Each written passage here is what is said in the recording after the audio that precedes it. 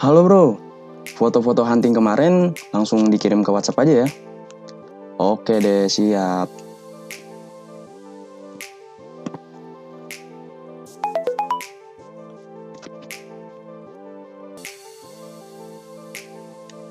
Loh, kok fotonya begini sih? Yang ini terlalu terang. Yang ini malah terlalu gelap. Gak bener nih yang fotonya. Di video kali ini, gue bakalan kasih tahu ke kalian gimana caranya ngehasilin foto dengan exposure yang pas. Nggak terlalu gelap ataupun terlalu terang. Oke, langsung aja kita masuk ke videonya. Snap and start.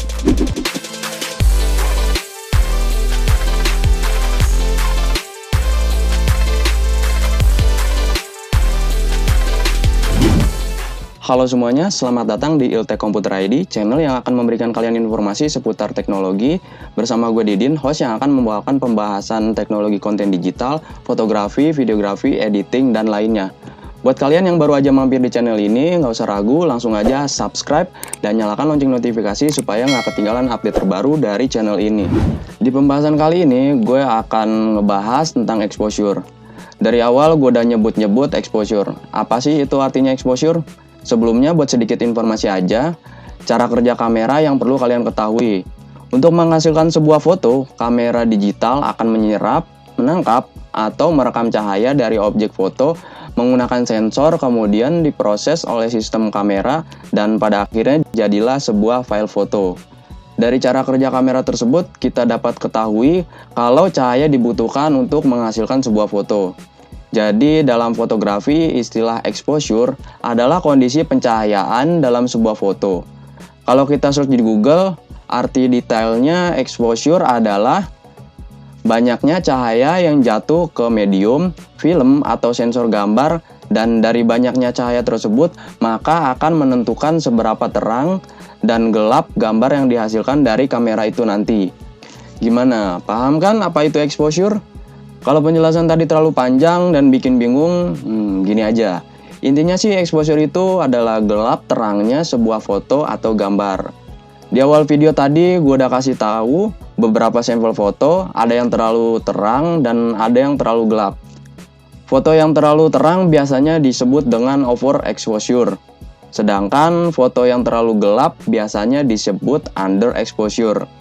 Lalu, apa aja hal yang mempengaruhi exposure? Secara garis besar, yang mempengaruhi exposure ada dua. Yang pertama, pencahayaan objek, dan yang kedua, kemampuan kamera menangkap cahaya. Kita bahas dulu pembahasan yang pertama, yaitu pencahayaan objek. Nah, dalam memotret, agar objeknya berhasil kita ambil gambarnya menggunakan kamera, diperlukan yang namanya cahaya. Kalau benar-benar nggak ada cahaya, detail dari objek tidak akan bisa kita ambil gambarnya. Hasilnya pun akan hitam polos, kosong, tidak ada apapun. Bisa dibilang dalam fotografi cahaya itu wajib, walaupun yang ada hanya sedikit. Jika objek sudah ada cahayanya, tugas dari kamera untuk menangkap cahaya tersebut dan menjadikannya sebuah gambar atau foto. Kemudian yang selanjutnya mempengaruhi exposure adalah nomor 2, yaitu kemampuan kamera itu sendiri dalam menangkap cahaya. Dari kemampuan kamera menangkap cahaya akan ditentukan nih, gimana nantinya hasil sebuah foto, pas atau enggak cahayanya, apakah underexposure atau overexposure. Jika kemampuan menangkap cahaya baik, dalam kondisi cahaya yang minim pun kamera akan tetap menghasilkan foto dengan pencahayaan yang pas. Tapi jika kamera kurang mampu menangkap cahaya dengan baik, maka hasil fotonya akan underexposure, kurang terang, bahkan hitam polos. Begitu pula sebaliknya, di kondisi pencahayaan yang terang, foto yang dihasilkan bisa saja overexposure karena kamera terlalu banyak menangkap cahaya. Entah itu secara otomatis atau manual, exposure kamera harus bisa beradaptasi agar hasil gambarnya bisa lebih pas. Dalam beradaptasi, exposure ini punya 3 elemen yang mendukungnya. 3 elemen ini adalah ISO, shutter speed, dan aperture atau bukaan. Ketiganya akan saling berhubungan dan bekerja sama dengan power, kekuatan masing-masing untuk menentukan exposure yang tepat ketika memotret sebuah objek. Dan karena saling berhubungan satu sama lain, maka disebutlah yang namanya segitiga exposure. Di zaman yang sudah berkembang, sekarang kita disuguhkan dengan kamera-kamera modern dengan exposure yang mampu beradaptasi secara otomatis. Berbeda dengan waktu dulu, menyesuaikan exposure hanya bisa dilakukan secara manual. Kalau otomatis kan lebih enak. Kita hanya perlu mengarahkan kamera ke objek dan kamera akan otomatis menyesuaikan exposure dengan pencahayaan objek yang akan difoto. Tapi kemudahan yang diberikan bukan berarti tidak memiliki batasan. Ada kalanya dalam kondisi pencahayaan objek yang kurang mendukung ataupun kurang pas, exposure otomatis kamera bisa kesulitan beradaptasi dan malah menghasilkan foto yang kurang sesuai. Nah, makanya di sini gue mau ngasih sedikit tips untuk mengatasi masalah exposure yang kurang pas. Tapi gue notice dulu ke kalian kalau tidak ada patokan mutlak dalam mengatur exposure. Tapi pada umumnya exposure yang pas itu tidak terlalu terang dan juga tidak terlalu gelap, dan tentunya tidak ada detail yang hilang. Kalau kalian yang ingin instan, tidak terlalu memperdulikan akan adanya detail yang hilang, seperti ini.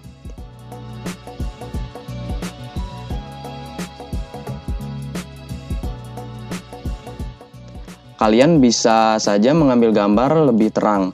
Tapi bagi yang sangat memperhatikan detail foto, gue sarankan untuk lebih mengambil gambar dengan exposure sedikit gelap dan menambah exposure-nya di proses editing nanti.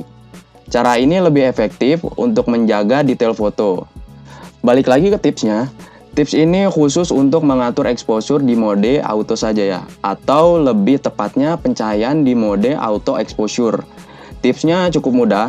Kalian cuma bantu sistem auto exposure di kamera dengan menggunakan fitur yang namanya exposure compensation. Fitur ini tuh yang akan membantu kita dalam mengurangi atau menambah pencahayaan secara otomatis tanpa harus satu persatu mengatur elemen exposure-nya. Cara menggunakannya di setiap kamera mungkin berbeda-beda.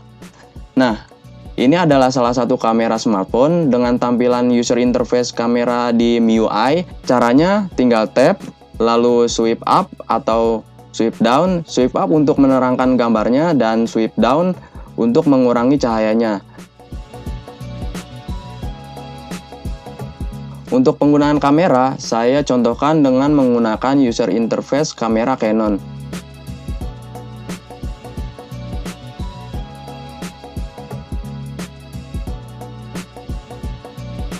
Pertama, kita perlu mengaktifkan selection box pada layar dengan menekan tombol Fn atau tombol Q.